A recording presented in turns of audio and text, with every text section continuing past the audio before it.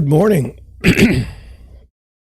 How are you this morning? I guess one of the things I've learned just today, just now, is maybe maybe try to talk before you start the live stream. Maybe that would be a good plan. How are you this morning? It is, Tuesday? Yes, it's Tuesday, April 26th, 2022. I am John Schenk. I am your, I would say, I'm afraid. I'm not a fearless leader. I'm afraid about a lot of things, but I'm here. I am looking forward to talking about all sorts of things related to real estate and the world and just how we view it. So, for those of you who don't know me, my name is John Schenk. I am a real estate agent, real estate broker. I own Deerwood Realty in St. Louis, Missouri. We're a very small real estate brokerage. We concentrate mainly on helping buyers buy homes and sellers sell theirs. I have one agent that I truly enjoy working with. Her name is Jan, and that's what we do. My show, Deerwood Realty live stream, it's just a live stream. It's just, we talk about real estate stuff every day. Well, every day but Sunday. I took off Sunday now. Because usually I'm writing offers, usually I'm showing houses, or usually I'm crashing and I don't want to do anything. So now we don't do it on Sundays. We just do it Mondays through Saturdays, 9 a.m. St. Louis time, which would be Central. And you should come out and join us. I'm gonna make the ask up front. Would you please subscribe? I need subscribers. I'm at like 7 subscribers. I split the live stream off of my main channel where I do my podcast. And that was probably a dicey proposition. I there were reasons for it and there were reasons against it, but at the end of the day, that's what happened. And now I'm down at 7 subscribers here, and I don't like it. And I've noticed I got a little white spot on my shirt there. But anyway, if you like real estate content, if you want to know what's going on in the real estate marketplace from like a real estate agent's perspective, but you don't want to ask your realtor because you don't need more emails, you don't need more letters. You're not looking for a house right now, but you just like the market and you like to know what's going on. I can't think of a better place than Deerwood Realty live streams. I just cannot on YouTube. That to me seems like the best place you could ever go. So subscribe, and then do you have to watch every day? No, what is there? 6 hours a week of programming for sure? You have to watch all 6, maybe watch 2 of the 6. I don't expect that much from you, but come in, chat, enjoy the time, and we'll just make a go of it. So that's what I'm about. Today we're going to talk about a lot of things. Well, someone died, and I think we should go over it. It's kind of sad anytime somebody dies, but this was a little more interesting. We have other things to talk about. We're going to look at luxury homes in Detroit and Michigan. I spent about 8 years in Detroit, and I still have chills. But hey, like the best therapy is just like to keep talking about it and get it over with, I guess. Then we'll talk about if we are in a housing bubble, which it's quite possible. How will it burst, or what? How are we going to know that it's at the end? Is paying $100,000 over asking every deal? Is that we know that it's the end? Are things going to stop appraising for any sort of number that makes any sense? Because they already don't appraise. What's going to happen? What's going to be the end? And then the last thing we're going to talk about today, most likely, is that home buying. There was a survey that home buying pessimism has hit new highs. Now, if you're like me, I mean, it sucks right now to try to buy a house. I don't think I'm telling you guys anything surprising and new. I mean, it's bad. And so these are the things we're going to talk about today. Wanted to go over, again, a showing that I had on Saturday, and I want to try and frame it in a way that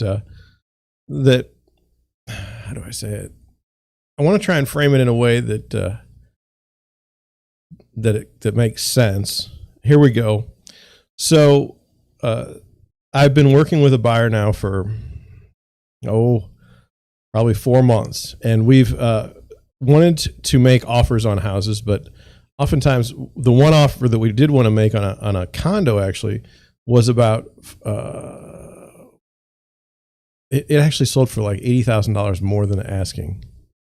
So that wasn't good. That wasn't good.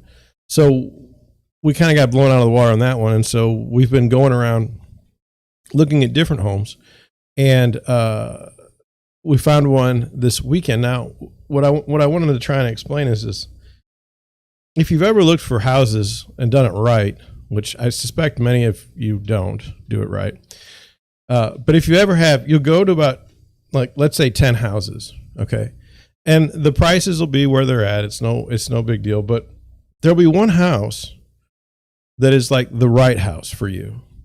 And what does that mean? Well, it doesn't necessarily mean that the finishes in the home are perfect, that you'll never have to do anything with the house. It doesn't necessarily mean that it's the least priced home for the money. So doesn't mean that there's the least value or the most value. What it means is this house makes sense. Everything about it makes sense. There's nothing weird about the house, according to you.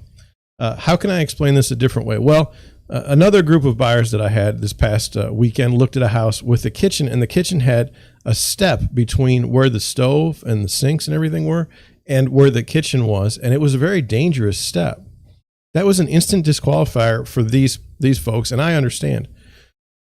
This other buyer, we went to a house, and it was absolutely wonderful. Everything about that house was right. Now, was the carpet great? No, it's going to have to be pulled up, but the buyer doesn't like carpet anyway.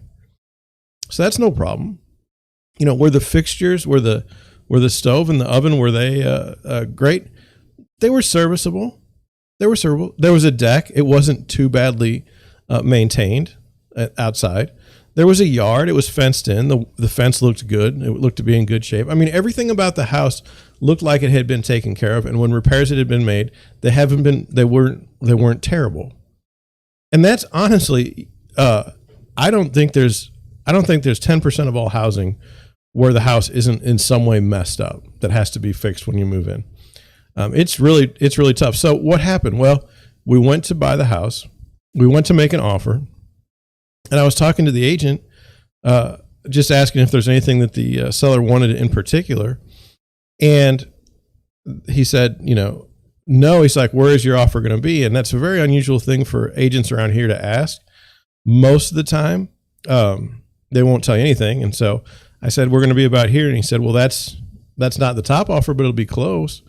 And so I said, okay, well, we thought about it overnight. And by the time we were going to have to be at our top offer and not be close, we decided not to put an offer.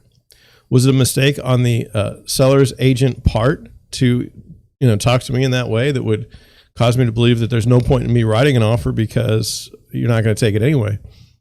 I don't know. I would have kept my mouth shut as the listing agent, and I would have just taken the offer, and I would have said, thank you very much for your offer. I know it takes a lot of time. And I would have put it with the 30 other offers I had and just been done with it. That's what I would have done. But anyway, buyer wakes up the next morning and says, hey, this doesn't make any sense. This house is going to appraise for maybe asking. Okay. And then I'm going to have to bring $35,000, $40,000 to the table in addition to my down payment. That's too much money. I can't do that. And so we didn't write an offer. Now, let's recap for a moment. The house was perfect. The house was one of the better ones we've looked at. There was no thought to not writing an offer. We go and we talk to the agent or talk to the listing agent, and the listing agent says, hey, your number isn't high enough. When we haven't even put in an offer, and it was the first day, then we decided not to put an offer at all because the agent's like, it's not going to matter anyway. So the listing agent put a chilling effect on this house. Now, the other problem with it was I'm okay with houses not appraising a little bit. So let's say you have a house that you really want and you go $10,000 over asking. Asking is probably where it's going to appraise. Okay. So you have to bring $10,000 to the table. I'm almost okay with that. But when you start getting to be $30,000 and $40,000 and $50,000 more than asking, okay, it really defeats the purpose of the mortgage in the first place. The whole point of the mortgage is to be able to float payments. And when you're paying, $30,000 and $40,000 up front in addition to your down payment, the financing stops making any sense. So this is an anomaly right now in the marketplace that's causing some problems amongst people that are otherwise have great credit, have a great financial situation, but yet can't afford to buy a decent house because they have to bring so much to the table above asking. Now, I did a little bit of a back of the napkin research yesterday in 2 different zip codes in St. Louis. In one, so these would be houses that sold between 30 and 41 days. So in one zip code, there were, I believe, like 19 sales. I think there were, out of those, 6 of the houses sold at asking. And then the rest were above asking. Of those, I think 5 were below 10% over asking. And then the other ones were above 10%. So 4. So if you were in that zip code, I suspect your best bet for getting a house is you need to be thinking almost 10% over the asking price to acquire a house. Like, so if I'm going out this weekend, my offer is going to be asking price plus 10%. Now, the thing is would it appraise? It's really dependent on the appraisal, because if you can find some appraisals, if you can find some other homes that have sold, that's going to help you with that over 10% asking, like, how it's going to appraise, that matters. If it isn't even going to appraise for asking, then you got a real problem. This wasn't the way it used to be. I mean, sure, there were times when things didn't appraise, but it was almost like an anomaly. It didn't happen all the time. Now it's like, I'm always worried that something's not going to appraise because I know that my buyers are going to have to bring more cash to the table. So that's what I'm seeing in the marketplace, that even when you do see a house that's actually worthwhile, you still have this real tough time acquiring the house, actually getting it under contract. And I don't know when that's going to end. Nationally, they say that the numbers are down for showings and things of that nature. 2 things have happened in my own brokerage. One, buyers have just gotten tired and fed up, and they just quit. Or 2, they're still looking, but they've learned to be pretty particular about what they're going to go see. They're not going to go see a whole bunch of houses and just waste a whole weekend, because everyone's time is valuable. So those are what I'm seeing right now. And who knows, who knows what's going to happen in the future. But I believe that, I honestly believe that if you're a buyer, your best the best thing you can do for yourself is go look at a lot of houses, because you aren't going to know, you just aren't going to know the market well enough until you start seeing enough houses to see what's out there. And it may take a while to find that house that makes some sense. Don't just go look at 3 houses, put an offer in on one, and call it a day. That's not going to work. That's not going to get you the value that you need in this marketplace. So anyway, that's what I'm seeing, and, take it for what it is. Just trying to help. If your agent gives you all kinds of trouble about going to look at houses, now let's go over that. Look, my buyers and I talk all the time, and we talk about, like, what are we looking for exactly? Some people don't know what they're looking for, and that's okay. But some people have a pretty good idea of what they're looking for over time, and they'll say, "Hey, this house looks interesting. Can we go see it?" And I'll do a little pushback. I'll say, "Well, it doesn't match up with what you guys have been talking about." And 50% of the time, the buyers say, "You're totally right. I don't even know what I was thinking." And 50% of the time, the buyer will say, "Let's go look at it anyway." Well, I'm okay with that. Let's go look. But there's no harm in looking. Okay. What I don't like is when I know the cards are stacked against the buyer going in.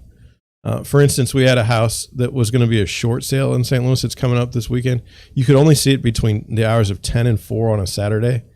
The commission was ridiculously low. Everything about the house screams like it's going to be a problem.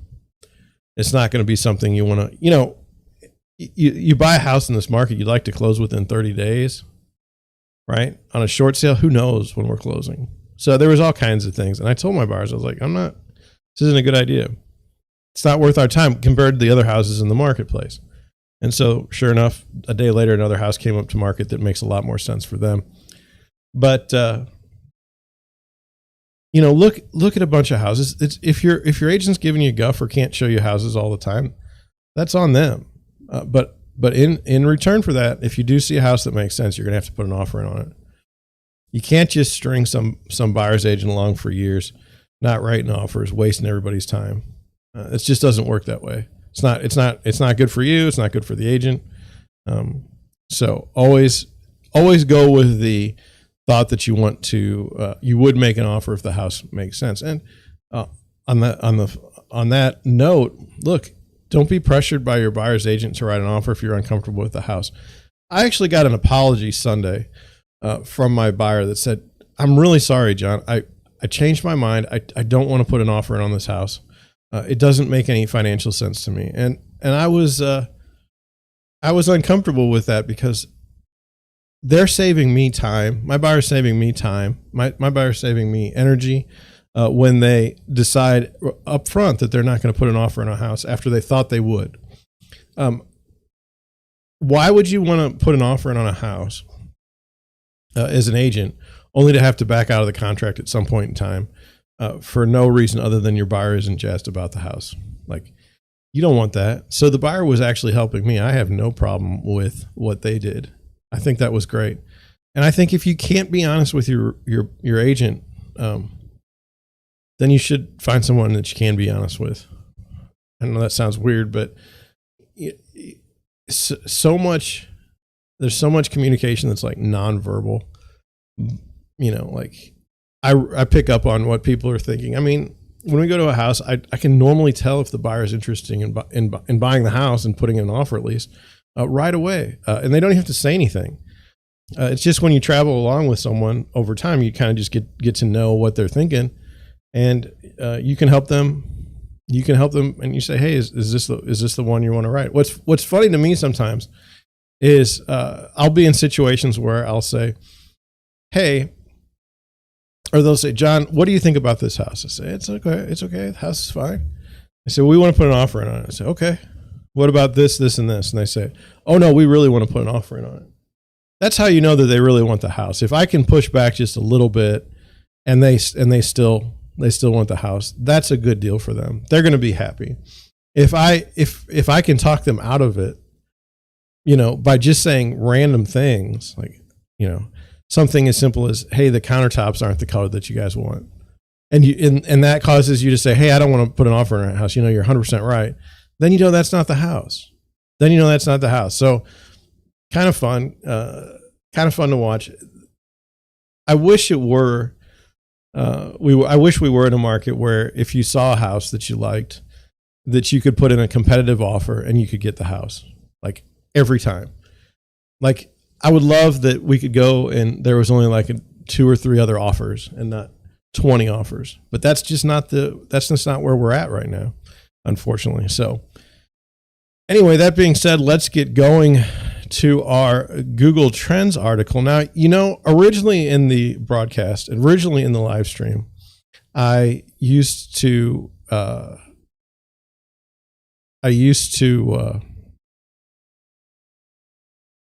do searches, and all the time it was always somebody dying. It was like a star was a movie star had passed, or some sort of entertainer had passed, and so it was always like on the top of search. And I'll tell you what, I don't want this to be me reading obituaries every day. I don't think that's a good way to start the day. So anyway,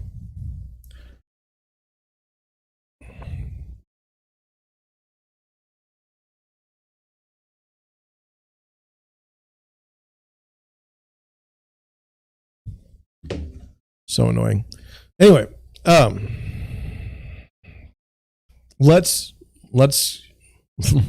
even though I don't like to read obituaries, let's go into one that I thought deserved airtime today.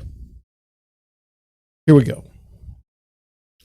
The world's oldest person, Japan's, and we're going to go with Kane Tanaka, dies at age 119. Now, I think about my own life when I read these things, and I'm going to try and get to 80. Like, that would be okay with me. If I can make it to 80, I think that would be a good run. I'm 44 now. So, I mean, more than half of my life's over. When you're younger, when you're like 20, you think you're going to live forever. But I mean, I've had a rough life. My health is, I don't eat well, lots of stress. So I don't think that that's necessarily a good plan for longevity. But let's continue with this article. Although she didn't quite make it to her goal of 120 years, well, she didn't even come close. Oh yeah, she did. I thought she was 116. I was like, well, that wasn't even close. Kane Tanaka still lived long enough to become the world's oldest person, a title she held for the past 3 years and attributed to family, sleep, hope, and faith. Tanaka died last week at 119, Japanese authorities announced. That's kind of interesting that authorities had to announce it. Tanaka, who had been living in a nursing home in, I don't even want to say it, died on Tuesday at a hospital. According to the Guinness World Records, I thought it was Guinness Book of World Records, but anyway, according to Guinness World Records, Tanaka was born prematurely on January 2nd, 1903, the same year that the Wright brothers brought powered flight to the world. She was the 7th child in her family. When she was 19, she married Hideo Tanaka and helped run a family business selling sticky rice, udon, and the Japanese dessert zenzai. She had 4 children and adopted a 5th. Tanaka loved chocolate and soda. Hey, I like chocolate and soda. I just had a caramel this morning and a Dr. Pepper. Here, like, it's real. It's real. During a 2019 presentation ceremony to celebrate her being the oldest person alive, she was given a box of chocolates, which she immediately opened and began devouring. Tanaka was tapped to carry the Olympic torch as part of the torch relay leading up to the Olympic Games in Tokyo, but her relatives deemed it too risky given COVID-19. Earlier this month, Tanaka surpassed Sarah Naus of the U.S. to become the 2nd longest lived person in recording history. Jean-Louise Calment, a French woman who died in 1997, remains the longest lived person at 122 years and 164 days. Now we shift to the next oldest person. The oldest currently living person is now said to be Lucille Randon, a 118-year-old French nun. Randon is also the oldest known survivor of COVID-19. Oh my God, she had COVID at 118 years old. Oh my gosh. Well, so what did we learn from this article? Well, we're going to die. That's what we learned. We're all going to die. Some sooner than others, but yeah, that woman was 119 years old. That's old. I mean, we think 100 is old, but and then I'm just gonna go through this. When you get to be that age, okay, and you die. Now they've already shifted the limelight, if you will, the oldest person limelight to this nun who's 118. But it's almost like a sick death watch, like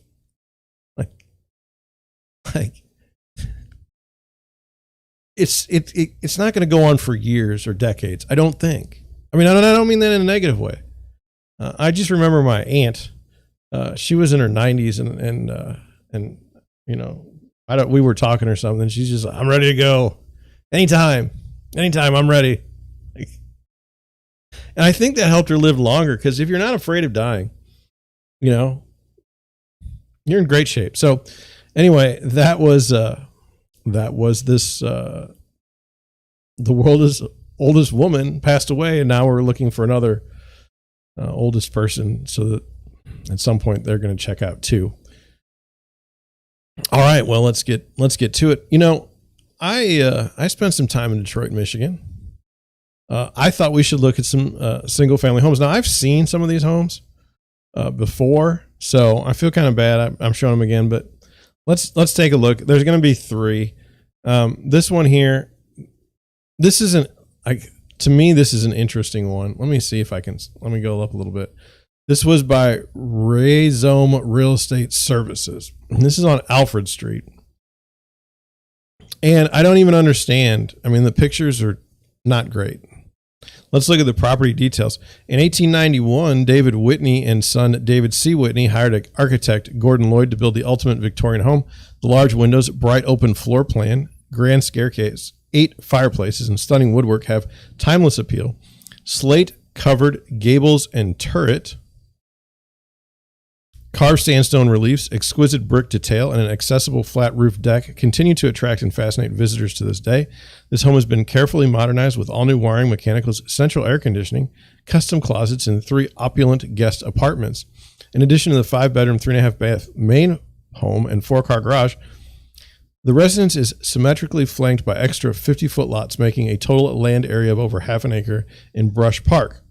Mature evergreen trees line the perimeter, creating a refuge for nature and privacy when entertaining outdoors. To the west of the carriage house, the public alley is pedestrian only and has been lined with a 50-foot perennial butterfly garden. Built in 1892, 4-car garage, been on the market 81 days. They just dropped the price, $250,000. Property history listed in 2022, February, and that's when they came to the market at $4.25 million. And we know, like in 2012, we know that someone bought it, you know, and we know what they're trying to do, right? They're trying to really, really do a wonderful turn, because remember, this property sold for literally, or wouldn't even sell for $198,000. That was too much. So anyway, that's kind of where we're at. So I don't know who Rhizome Real Estate Services is. I'll be interested to see how this goes. But so the first picture is a fascinating one for the listing. It's a truck bed with flowers and plants in it in front of the house. And now we have the second picture being a dark spot with people in it. Here's a shot of this is the third house. It's kind of like, what are we doing here? Now we're inside. You know, and it's not like a complaint. A lot of pictures at night, a lot of pictures doing this stuff. And it's like, I mean, that's kind of helpful, right?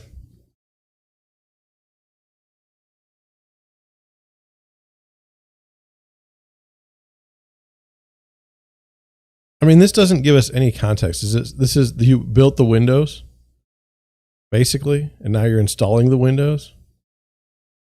I mean, okay. It's just kind of a weird listing. We're in what are we in? What's the month we're in? April. Close to May, and we still got a Christmas tree in the listing. And like, no, I'm not complaining, but you're talking about how you have closets, but yet you have clothes on a rack. So what are we doing here? Like,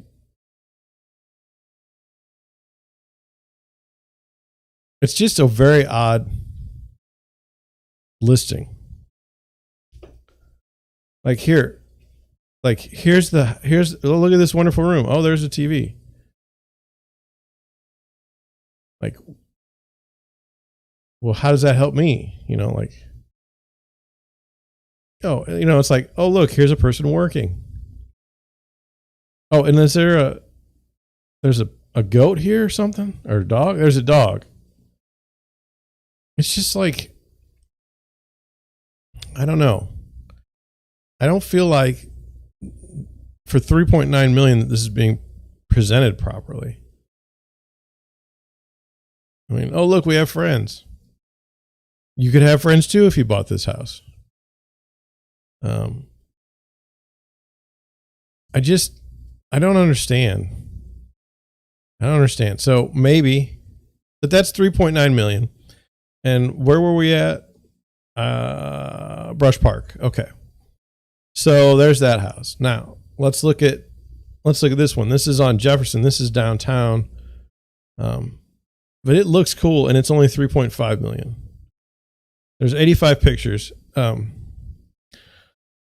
This is the prestigious historic Book Mansion built by James Burgess Book in 1911, designed by renowned architect Louis Camper, is modeled after Marie Antoinette's palace, the Petit Trianon in Versailles. First floor, great hall with Greek Pantelicon marble floor and grand Thassos marble staircase with Italian walnut baluster rail. French, I can't even say, stone walls extend to the third floor with 12-foot ceilings. Italian limestone columns and ornate plaster medallions, 3 large reception rooms, and a magnificent marble fireplace. Marble kitchen suite with butler's room, breakfast room, and pantry. Marble mosaic floors, La Cornue range and antique French cabinetry. Loggia with gold mosaic ceiling, or loggia with gold mosaic ceiling and marble floor. Second floor master suite with ensuite bathroom, boudoir, sitting room with balcony, 3 additional ensuite bedrooms with walk-in closets. Third floor features a ballroom, library, linen room, and additional bedrooms. Full basement. Carriage house with a 4-car garage and a second floor living quarters. Italian courtyard and 2 lots developed as the Book Gardens with exotic trees and plants. Now, you just saw a house that was listed for almost 4.25 million. It didn't have any of these qualities. This is a 14,000 square foot house with limestone. Let me just see. Yeah. That house on Alfred has 7,000 square feet. Now, if you've ever, this is a house. Now, I don't like, this was wrong to me. The first picture, I don't like this. I think this should have been the first picture. Okay. Now, it's been on the market for 100 days. Let's see the property history. It's just listed. That was it. That's all. There's not some weird, funky stuff going on there. So, that's beautiful, right? That house is something. There's your carriage house. Now, does it need some work? Maybe. Does it have a huge yard? No. Okay. It's not perfect. Don't get me wrong. But you've literally got the inscription in the house. Look at that entrance. My God. 1911. Look at the ceiling. Look at the floors. Look at the craftsmanship, okay? And you're going to tell me that other house is anywhere close to this? It's like this. Now look, this kitchen isn't exactly, how do I put it? Modern. Not modern. I'll give you that. It needs some work, but just the house, the structure itself is significantly better than, to me, significantly better. Now this is terrible. And plus you've got the air conditioner there, which goes in that window. So it means that it's warm there, and it needs some love. But still, for $3.5 million, it is a beautiful home. So I'm only going to go to 50 pictures. You can see it needs work. No, there's no question. It's not perfect. Okay. It's not perfect. But when you look at this house versus the other house, even the listing itself just makes more sense. Look at that bathroom. That's really something. So anyway, that's the second house. And then this is I want to go here. It's 1.6 million. It's in a different part of town than I'm familiar with. It's up by 7 Mile. I was downtown when I lived there. This house we looked at, the 2.9 million, we've already looked at it once before. It's not going anywhere.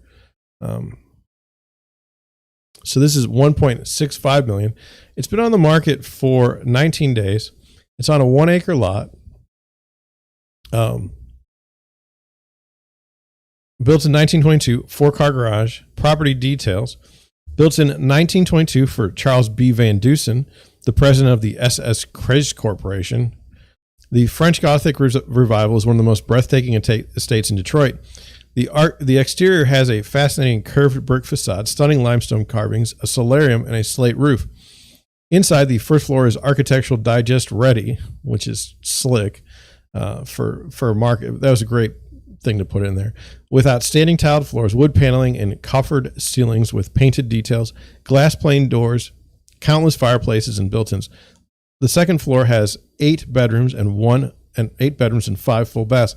The third floor is the party floor with a billiards room and grand ballroom. On the extensive grounds, the former carriage house has been converted into a 4-car garage with a 2-bedroom apartment on the second level. Make this home your summer oasis. And yeah, I mean, you'd have to make it your summer oasis because the winter would be miserable in Detroit. Having experienced it myself.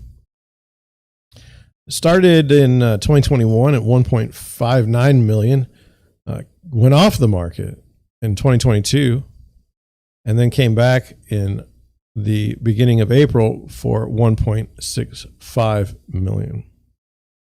Okay, let's look. 37 pictures. I'm good with that. So this is a great first picture. I have nothing against that. And the whole thing is it's curved.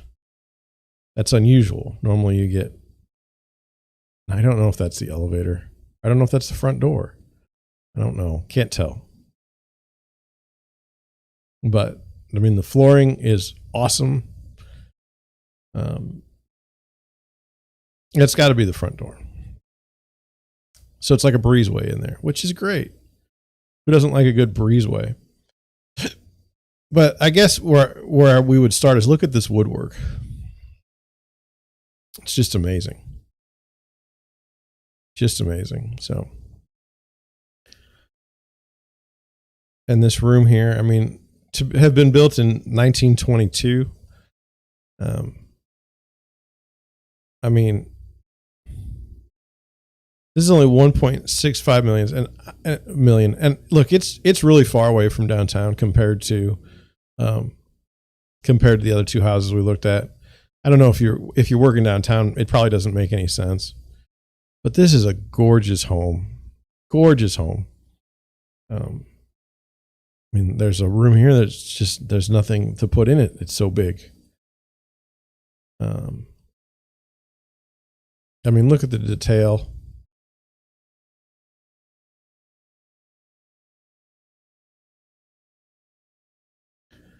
So, yeah. I don't understand why we need to see like 7 pictures of that. I mean, all these houses are huge in this area. I don't know if that's the carriage house or what. It's not very helpful. I guess it's not. Maybe it's attached to this house, but anyway, beautiful home. 19 days on the market. Maybe. Let's check the chat. Oh, there's somebody there. Okay, we're good. Let's go up here because I'm gonna check something. Okay. All right. Here we go. You see it on your screen? Okay. Looks like we had some relief in the mortgage rates overnight, where 30-year fixed is 5.32%, down from 5.45%. Still high. I mean, if you can see this escalation. I mean, we were kind of floating in 2021 at a little bit below 3, around 3. And then for just a spike like that is impressive. Not good. So I don't have anything else on that other than, you know, if we can get under the 5s, maybe things are okay. It just seems like right now the rates came up so fast that a lot of people that I'm working with, they kind of got priced out of where they were. They were being priced out anyway because of aggressive offers on houses. But the raise in interest rates from 3% to 5% really kind of hurt on the affordability. Most people most of the buyers that I know look at things based on their monthly payment, and their monthly payment went up significantly. So that's that. Now we'll get into the articles. We might go through more than one today, or more than two. We'll just have to see. Here we go. Why do housing bubbles burst? Now, I've always wondered why housing bubbles burst. If we know how or why, wouldn't that help us prevent one in the future? You'd think. I mean, didn't we have a huge housing bubble in 2007, 2008 that burst? So, I mean, it was relatively recent. There's no reason why we should have another one, right?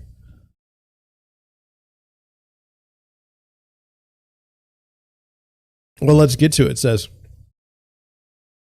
due to consistently high prices in the real estate market around the country, people have been wondering whether we're in a bubble for the past couple of years, and if so, when it will burst. I wonder. That remains to be seen, and some analysts don't feel like we should expect it to happen soon, at least not the way it did in 2007. That's accurate.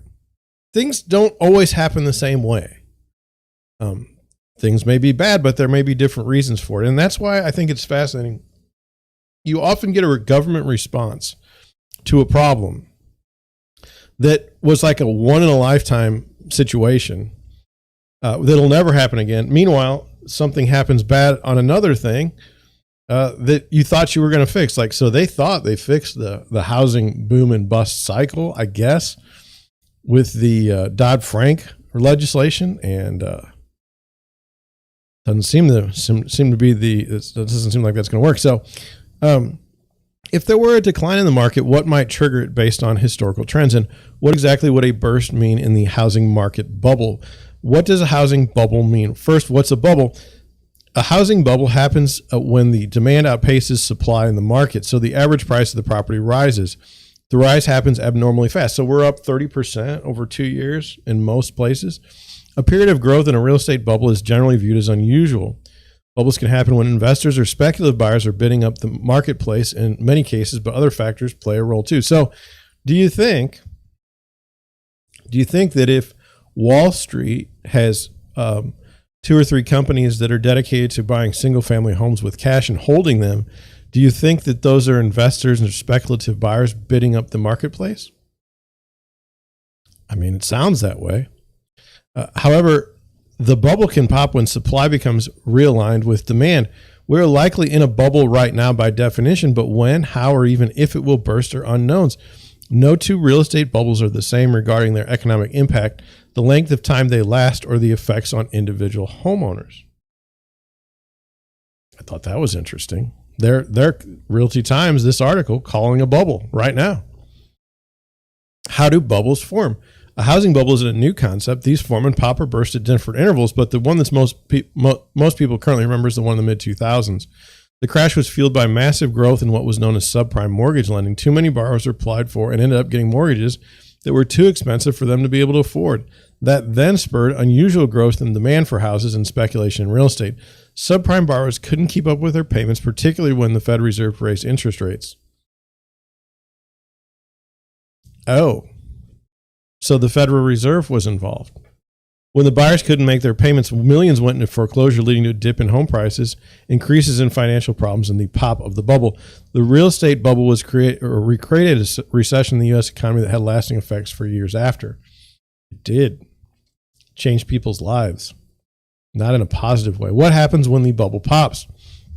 When a housing bubble pops, different things can happen.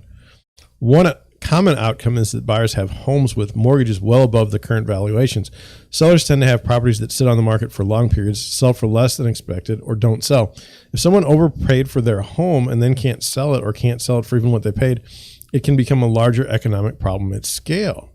That's right. And also in 2007, 2009, that range, people felt that their homes weren't worth what they were paying, and so they just walked out. There was a lot of people just walking out of their houses saying, you know what, they would buy another house, and they would a better house because the prices were lower, and they would just let the other one sit. I didn't care. It was weird. What causes the burst? Some of the events that potentially cause a housing bubble to burst can include increases in interest rates. It can make buying a home unaffordable for some, or could make the home someone is in unaffordable. When the home becomes unaffordable, it can lead to default and foreclosure. These effects then mean more supply on the market. General economic downturns mean less disposable income, fewer available jobs, and job loss, all of which have the potential to decrease housing demand.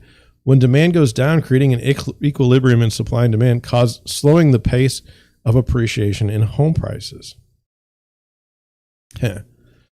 When there are growing losses, lending requirements and credit standards become tighter. Borrowing for a mortgage is more difficult, demand increases, and the supply increases. Speculators also leave the market, resulting in a fall in prices. Now, when Zillow left the iBuying marketplace because their Zestimate wasn't worth 50 cents in that particular space, they had hundreds of homes they were putting on the market in places like Orlando and Arizona. So that definitely caused some speculative bubbles in those places. They weren't really very big in St. Louis, so we didn't really see that too much. The debate currently, again, is if and when of a potential bubble bursting right now. Analysts don't know because while it looks like it could happen, at the same time, this historic housing shortage, it's not false confidence creating the rising prices in the home market. Instead, it's the actual home shortage.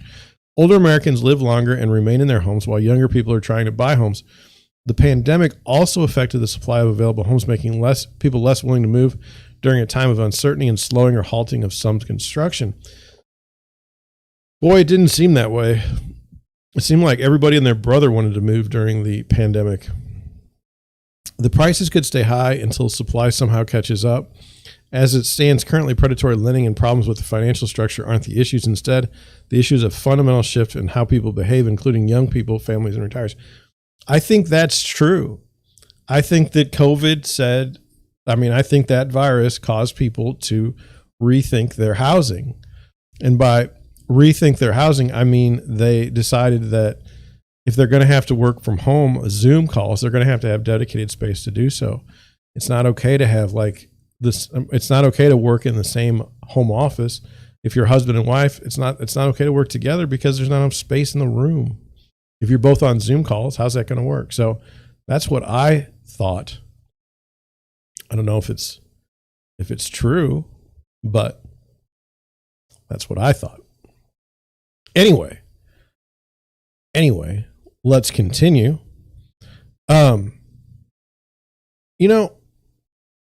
It's really like let me go this way. Let me hit this button here and this button here. Okay. My thing is this. Let's say you buy a house and it's $200,000 in a bubble. Okay. And 2 years later, the bubble bursts in housing and it's now worth $180,000. So you're down $20,000. Okay.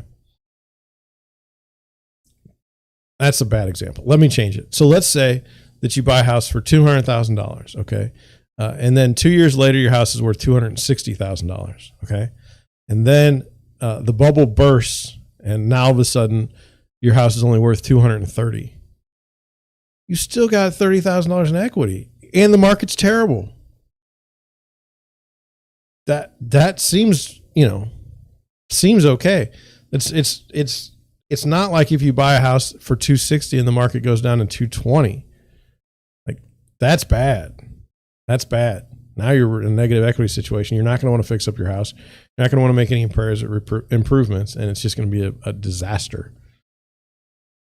But who knows what's going to happen? It just keeps going higher. The people that I'm working with are people that want to buy homes. They need to buy homes in a sense.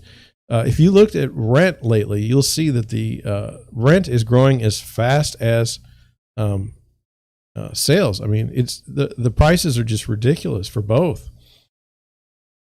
One, you can kind of build equity in theory. The other one, you can't. So just depends. It's quite the dicey market.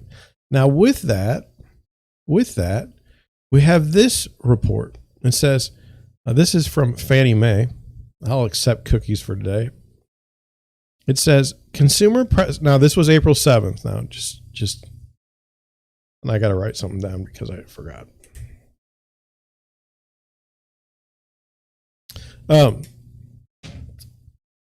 69% of respondents expect mortgage rates to go up in the next 12 months. So 69% of respondents think that. Is it really a surprise when they do go up? Are we going to be caught flat-footed by the Fed raising rates? Yeah. The Fannie Mae Home Purchase Sentiment Index decreased by 2.1 points to 73.2 in March as consumers continue to express pessimism regarding the trajectory of mortgage rates and home buying conditions generally. Overall, 4 of the index's 6 components decreased month over month, including the components asking consumers whether they expect mortgage rates to go up and whether they believe it's a good time to buy a home. In March, a survey high 69% of respondents indicated that they expect mortgage rates to continue their upward ascent. On the net, the good time to buy component set a new survey low, with 73% of respondents reporting that it's a bad time to buy a home. Year over year, the full index is down 8.5 points. The good time to buy component of the index reached yet another record low, with high home prices, rising mortgage rates, and macroeconomic uncertainty serving as the consumer's chief concerns, said Mark Palin, Fannie Mae president or vice president, deputy chief economist. Only 24% of consumers believe it's a good time to buy a home, with similar levels of pessimism expressed by nearly all the demographic groups surveyed. So what I think is kind of interesting is the macroeconomic uncertainty. That's a perception. That's an internal belief. Like you have to change that belief somehow. You have to be lulled into believing that things are fine. Things are always chaotic in the world. Okay. So it's just kind of weird that these things have come to light as far as this is causing an issue when every day things are chaos in the world. Every day. Palin continued, this month we also saw a survey high share of consumers expecting their financial situation to worsen over the next year. This was especially true among current homeowners. These conditions, together with the run-up in mortgage rates since the end of 2021, will likely diminish mortgage demand from move-up buyers. That's really true. And fewer move-up buyers means fewer available entry-level homes, adding to the rising rate challenges for potential first-time home buyers. If consumer pessimism towards home buying conditions continues and the recent mortgage rate increases are sustained, then we expect to see an even greater cooling of the housing market than previously forecast. Interesting. The move-up buyers are in a terrible spot, okay? While they can sell their house for a lot, there's nothing to buy that's going to be close to what they can sell their house for. So that's no good. As far as entry-level homes, I mean, what are we talking entry-level home now? $250,000? Is that a decent? I mean, that's a lot of money.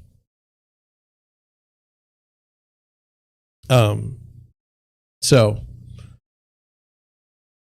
let's see. It says the Home Purchase Sentiment Index component highlights Fannie Mae's Home Purchase Sentiment Index decreased in March by 2.1 points to 73.2%. The HPSI is down 8.5 points compared with the same time last year. I'm not reading the full research report, but here's kind of the questions that they asked. The percentage of respondents who say it's a good time to buy a home decreased from 29 to 24%, while the percentage who say it's a bad time to buy increased from 67 to 73%. As a result, the net share of those who say it's a good time to buy decreased 11 percentage points month over month. That's in 1 month, 11%. Fascinating. Good time, bad time to sell. The percentage of respondents who say it's a good time to sell a home increased from 72 to 74%, while the percentage who say it's a bad time to sell decreased from 22 to 21%. As a result, the net share of those who say it is a good time to sell increased 3 percentage points month over month, meaning like you should sell your house. Home price expectations, the percentage of respondents who say home prices will go up in the next 12 months increased from 46 to 48%, while the percentage who say home prices will go down increased from 16 to 20%. Okay, so let's do this. Home price expectations. Percentage of respondents who say home prices will go up in the next 12 months increased from 46 to 48%. So not a majority. And then it says the percentage who say they will go down increased from 16 to 20%. Within the next year, 12 months. The share who think home prices will stay the same decreased from 32 to 28%. As a result, the net share of Americans who say home prices will go up decreased 2 percentage points months over months. Now, who the hell Now, no offense, but who the hell thinks that home prices will stay the same?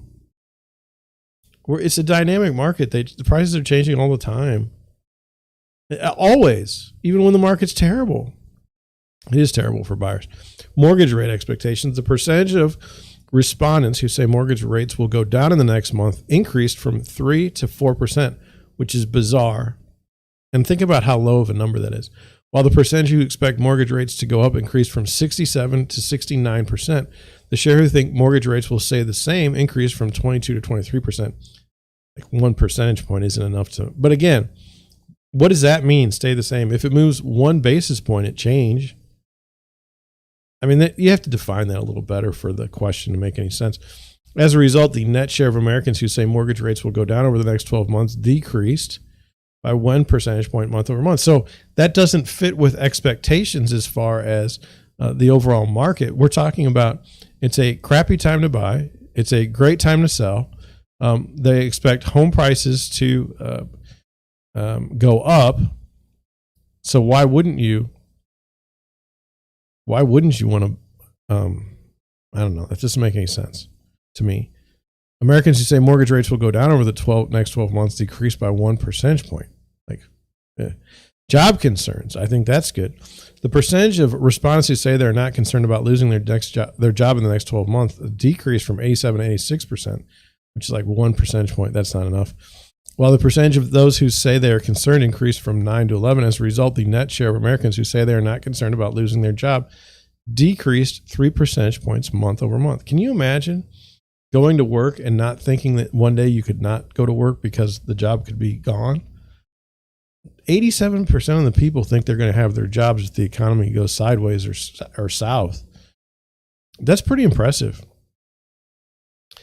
Household income. The percentage of respondents who say their household income is significantly higher than it was 12 months ago increased from 27 to 29%, while the percentage who say their household income is significantly lower.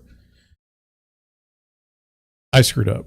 I'm reading something that you're not even seeing. Isn't that terrible? Here, let's put it back. Sorry about that. Here we go. Now I kind of took myself off the ball, but at least I remember. The percentage of respondents who say their household income is significantly higher than it was 12 months ago increased from 27 to 29%, while the percentage who say their household income is slightly lower increased from 12 to 13%. The percentage who say their household income is about the same decreased from 56 to 53%. As a result, the net share of those who say their household income is significantly higher than it was 12 months ago increased 1 percentage point month over month. Man, that's tough too. You think your household income is significantly higher. That means actual dollars brought to the table, okay? And you think after gas prices like doubling, you think that your household income is higher? Like your inflation is running at like 8% and you think that it's higher. That doesn't gel with what I see at all. Fascinating. All right. Well, we're going to leave it at that. Let's go back here and we'll go over what did we learn today. Well, we learned that 119 is that's old, and that's the end of life for the oldest person living in the world right now. Moving on to a French nun at 118, the death watch begins. We learned that there's homes in Detroit, Michigan that are very, very nice, luxury homes. And then there's, some crappy listing for way too much. We learned that, there's housing bubbles. We might be in one, but it doesn't matter until the bubble bursts. That's the logic that I just read. Interesting. And then we read that the housing sentiment says it's a terrible time to buy. Terrible time to buy. And but there were other things in that article that didn't make any sense relative to